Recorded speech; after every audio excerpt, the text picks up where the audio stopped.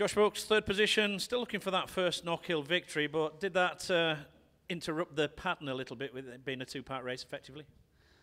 I don't want to make any excuses. I don't think it made much difference. I don't think we had, as a team, me as a rider, the package wasn't strong enough to fight for the win. You know, I could say maybe if the race had gone longer, I might have got stronger at the end.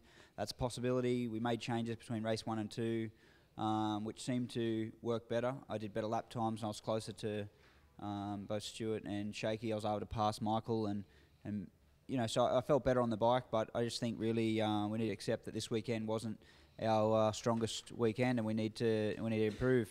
Having said that, we're a little bit sceptical about this track before we came here. You know, we've had a good progress with the bike, and everything's sort of gone well, and I've been able to put what I consider to be fairly competitive races together. But here, for some reason, we were a little bit sort of unexpected to what we would come out this weekend with. We just weren't sure with the way that this circuit changes direction and that climb up from the final hairpin.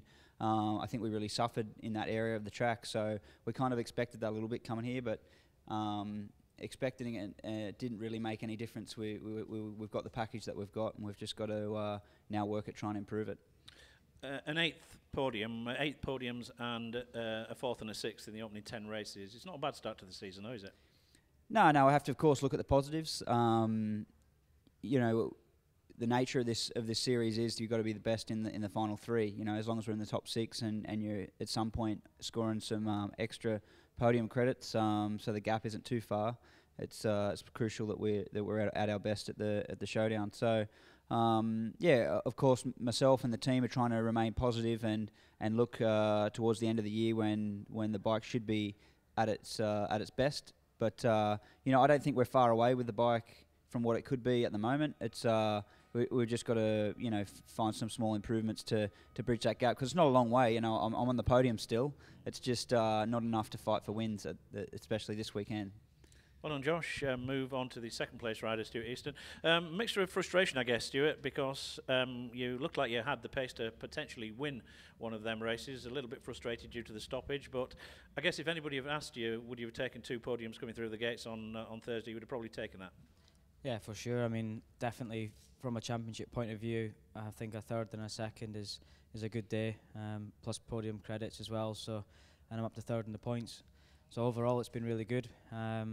I would have liked to have a win. I've never won here, but I've had 2 2nds, 2 3rds. I've had all sorts of everything but the win. But I think all in all, for this weekend, we've had a strong weekend, and it's going to be a nice short drive home. So we can be pretty happy with that. And you know, from a team point of view, the way everything's working with the bike, like I said, I'm up to 3rd in the points. It's looking pretty strong in the PBM garage at the minute. Right, so well done, second position. The race winner, Shaky. It's another Knockhill double for you, Shaky. You've making this track your own, 10 victories around the Knockhill circuit. And what's more, it looked like you controlled all elements of that race. You pulled the pin when the first race got stopped, and then you seemed to control that last 11 laps quite easily. I don't know about easily. It's never easy. If it was easy, then there'd be far more people doing it. I mean, you know, to stay in front of these guys and to lead races, especially the first race, it was such a long race and the pace was quite slow as well. It made it really, really difficult. But you know, I had got spoken to by a few people when the race got stopped, because I was one of the people to put my hand up. And you know, you guys sitting in here, journalists or mechanics or anybody, you know, can sit there and say, oh, why didn't you just do one more lap? It was only a little downpour. And you think, yeah, okay, well, I'll tell you what I'll do. I'll take you on the back at 165 mile an hour down towards turn 1, and we'll see how brave you are when we get to the peeling point, you know. I made a decision on, you know, 15 odd years of motorcycle racing that, you know, the rain was coming enough that we had to stop it.